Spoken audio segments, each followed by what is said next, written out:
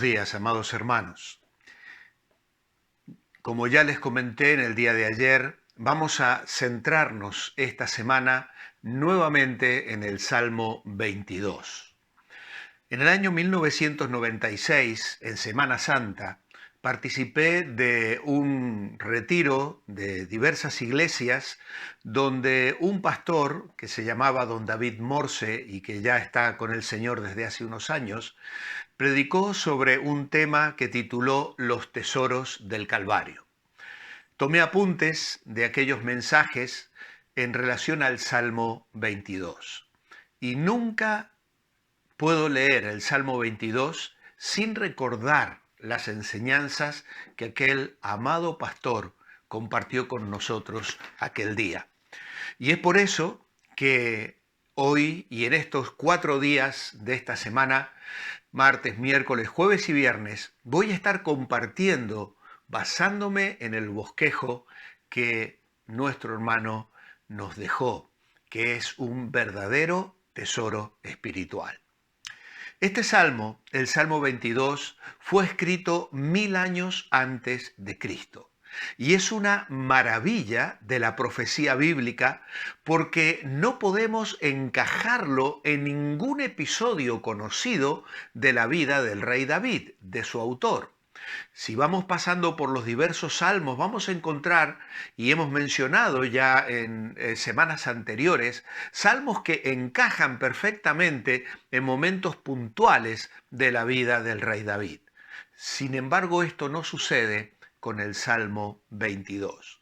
En realidad, este salmo es realmente un milagro de la profecía bíblica. El espíritu de la profecía se manifiesta de una manera sobrenatural para dejarnos una evidencia clarísima de que la Biblia es inspirada por el Espíritu Santo y es de procedencia divina. Don David dividía el Salmo en 4 apartados. En primer lugar, la mirada hacia Dios, versículos 1 al 5 y 9 al 11. Luego, la mirada hacia los enemigos, versículos 6 al 8 y 12 al 18. Luego, la mirada hacia el futuro cercano, versículos 19 al 26. Y finalmente, la mirada hacia el futuro lejano, versículos 27 al 31. Ayer comentábamos que si en Isaías 53 tenemos un acercamiento al Calvario desde el punto de vista de un observador externo, de alguien que contempla el sufrimiento de aquel que fue despreciado y desechado entre los hombres, varón de dolores, experimentado en quebrantos, en el Salmo 22 tenemos una mirada íntima, interior, la perspectiva de los pensamientos, hacia dónde dirigía su mirada el Señor Jesucristo en aquellos crueles y difíciles momentos en que padeció estando en aquellas horas en la cruz del Calvario. La mirada hacia Dios. Y con ese enfoque vamos a pensar primeramente en una ruptura. En segundo lugar, en una razón para esa ruptura y finalmente en una reflexión. El versículo 1 dice, en esta mirada hacia Dios, Dios mío, ¿por qué me has desamparado? ¿Por qué estás tan lejos de mi salvación y de las palabras de mi clamor? Dios mío, clamo de día y no respondes, y de noche y no hay para mí descanso. Pero tú eres santo, tú que habitas entre las alabanzas de Israel. En ti esperaron nuestros padres, esperaron y tú los libraste. Clamaron a ti, fueron librados, confiaron en ti y no fueron avergonzados. Así que aquí vemos cómo el salmista en primera persona vemos al Señor Jesucristo dirigiendo su mirada hacia Dios, hacia el Padre. Y luego en el versículo 9 continúa con esa mirada hacia el Padre. Pero tú eres el que me sacó del vientre, el que me hizo estar confiado de que estaba en el regazo de mi madre. A ti fui encomendado desde antes de nacer. Desde el vientre de mi madre tú eres mi Dios. No te alejes de mí, porque la angustia está cerca y no hay quien ayude. Así que entonces tenemos una mirada hacia Dios. Y en esta mirada hacia Dios, hacia el Padre, cuando el Señor desde la cruz levanta sus ojos, Él va a comunicar lo que está experimentando desde su punto de vista, desde su corazón. Y lo que reflejan estas palabras, Dios mío, ¿por qué me has desamparado?, nos habla de una ruptura, en primer lugar, como Él la experimentó. En el versículo 1 encontramos el nombre de Dios repetido 2 veces, pero de manera diferente. La primera es Él, con un agregado Elí, que significa mi Dios.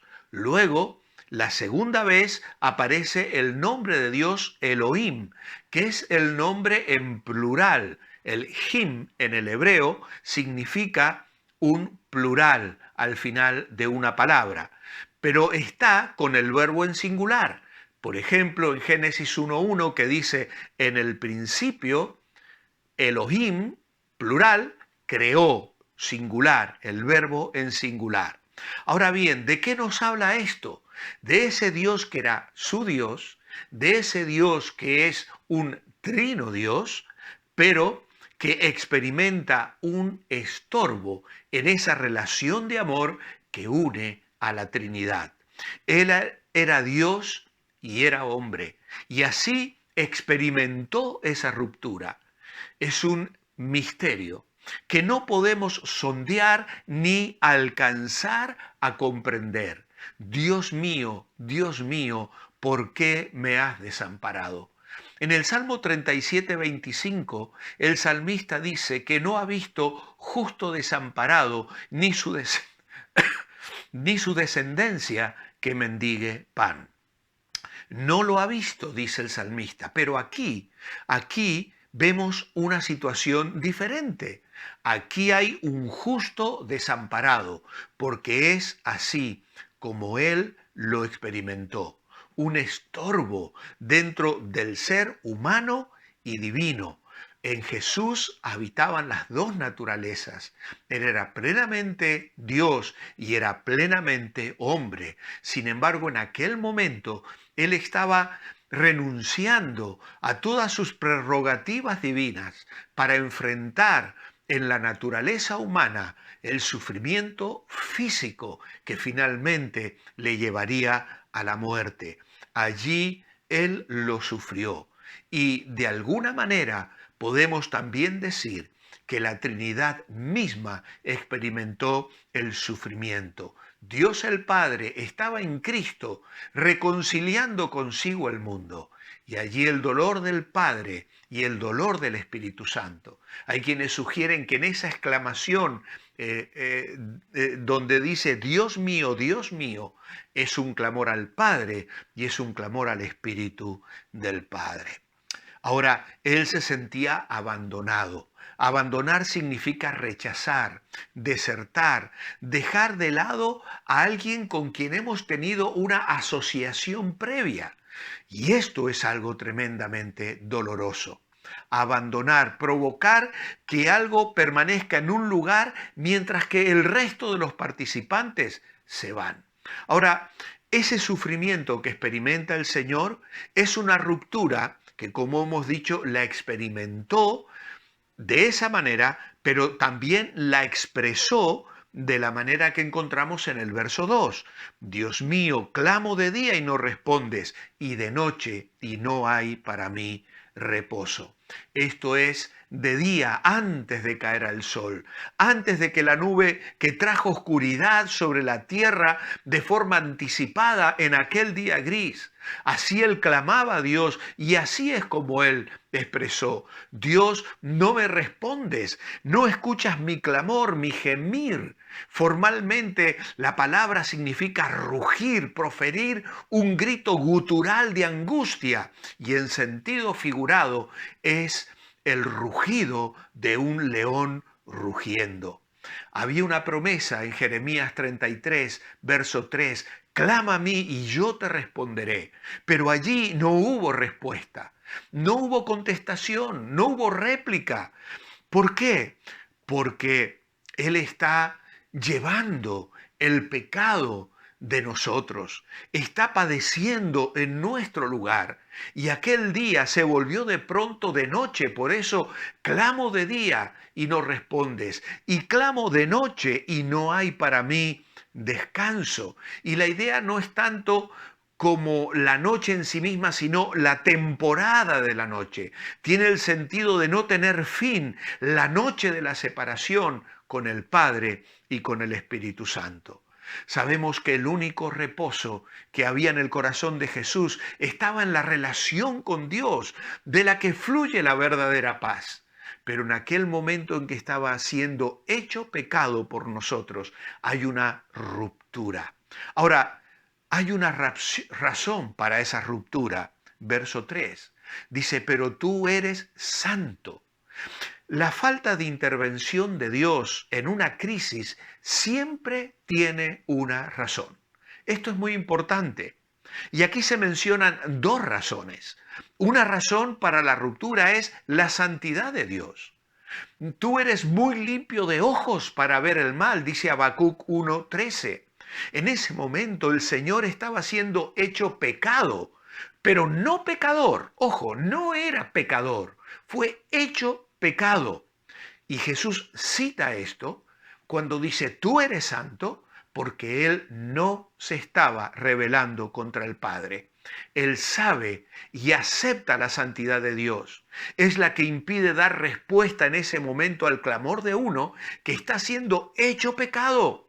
Lo que Jesús aquí él está reconociendo es, no puedes acercarte a una vida que está bajo condenación.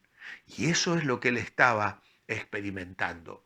La razón para la ruptura era la situación de Cristo. Una identificación con el hombre, con la naturaleza humana, dice el verso 4, en ti esperaron nuestros padres. Esperaron y tú los libraste, clamaron a ti, fueron librados, confiaron en ti y no fueron avergonzados.